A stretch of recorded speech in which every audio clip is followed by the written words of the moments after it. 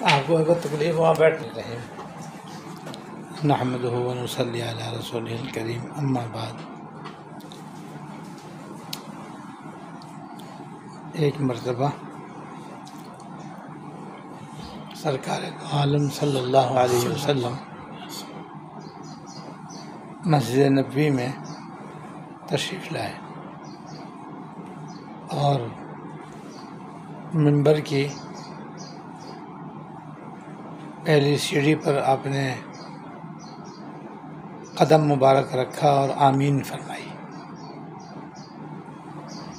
پھر دوسری سیڑھی پہ قدم رکھا اور آمین فرمائی، پھر تیسری سیڑھی پہ قدم رکھا اور آمین فرمائی۔ صحابہ کرام جو اس وقت موجود تھے ان کو آمین آمین سنائی دے رہی تھی، لیکن کس بات پر آپ آمین فرما رہے تھے یہ نہیں ان کو سنائی دے رہا تھا۔ جب آپ 3 مرتبہ آمین فرما چکے تو صحابہ کرام نے عرض کیا کہ حضور آج ہم نے آپ کی زبان مبارک سے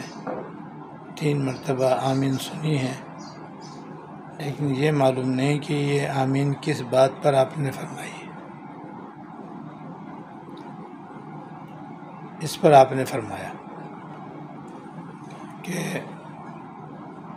جب میں منبر پہ چڑھنے لگا تو جبرائیل علیہ السلام تشریف لائے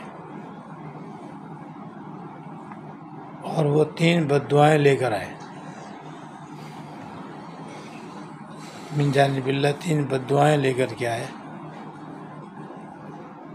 جب میں نے منبر کی پہلی سیڑھی پر قدم رکھا تو انہوں نے ایک بددعا پر مجھ سے کہا کہ آپ بھی آمین کہہ دیں، اور دوسری سیڑھی پر میں نے قدم رکھا تو انہوں نے دوسری بددعا پر مجھ سے آمین کہنے کے لیے فرمائش کی تو میں نے آمین کہی، اور جب تیسری سیڑھی پر قدم رکھا تو تیسری بددعا پر انہوں نے آمین کہنے کے لیے کہا، لہذا اس پر بھی میں نے آمین کہی۔ ان 3 بددعاؤں میں سے ایک بددعا یہ تھی کہ جس شخص کو رمضان شریف کا مہینہ ملے اور وہ اس مہینے میں گناہوں سے توبہ کر کے رمضان شریف کے روزے رکھ کر اور تراویح پڑھ کر اور دوسرے نیک کام کر کے اپنی بخشش نہ کروائے تو وہ تباہ و برباد ہو جائے۔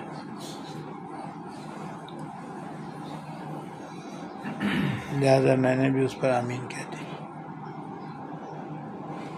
دوسرے وہ شخص جس کو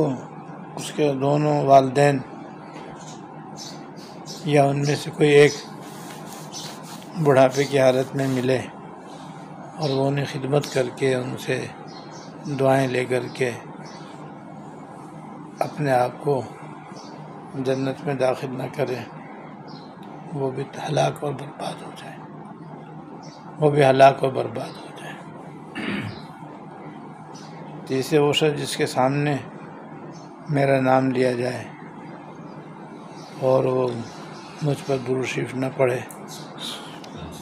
وہ بھی ہلاک اور برباد ہو جائے۔ تو یہ 3 بددعائیں ہیں۔ ظاہر جبرائیل علیہ السلام اپنی طرف سے تو کچھ نہیں کرتے، جو کچھ کرتے ہیں اللہ تعالیٰ کے حکم سے کرتے ہیں، کیونکہ اللہ پاک نے یہ 3 بددعائیں بھیجی اور جبرائیل علیہ السلام کے ذریعے بھیجی، اور انہوں نے آ کر حضور کی خدمت میں پیش کی اور آپ نے بھی ان پر آمین کہی۔ اس سے اندازہ کر لیں کہ یہ 3 گناہ کتنے خطرناک گناہ ہیں، اس لیے تینوں کا خیال رکھنا چاہیے۔ جب اور جس مجلس میں حضور صلی اللہ علیہ وسلم کا نام لیا جائے یا پڑھا جائے یا سنا جائے، ہمیشہ درود شریف پڑھنے کا اہتمام رکھنا چاہیے اور پورا درود شریف پڑھنا چاہیے، اور پورا درود شریف یہ صلی اللہ علیہ وسلم، کم سے کم اتنا تو ضروری ہے۔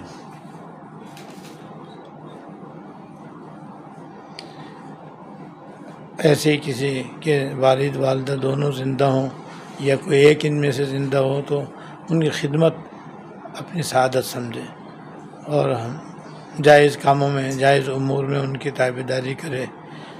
اور ان کی دلجوئی کرے، اور جو ان کی پسند کی چیزیں ہیں یا جو پسند کی باتیں ہیں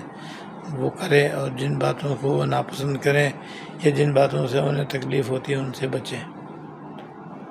زندگی بھر یہ کرتا رہے، جب تک ماں باپ زندہ رہے ایسا کرتا رہے، ان کو ناحق ستائے نہیں، پریشان نہ کرے، ان کی نافرمانی نہ کرے، ان کو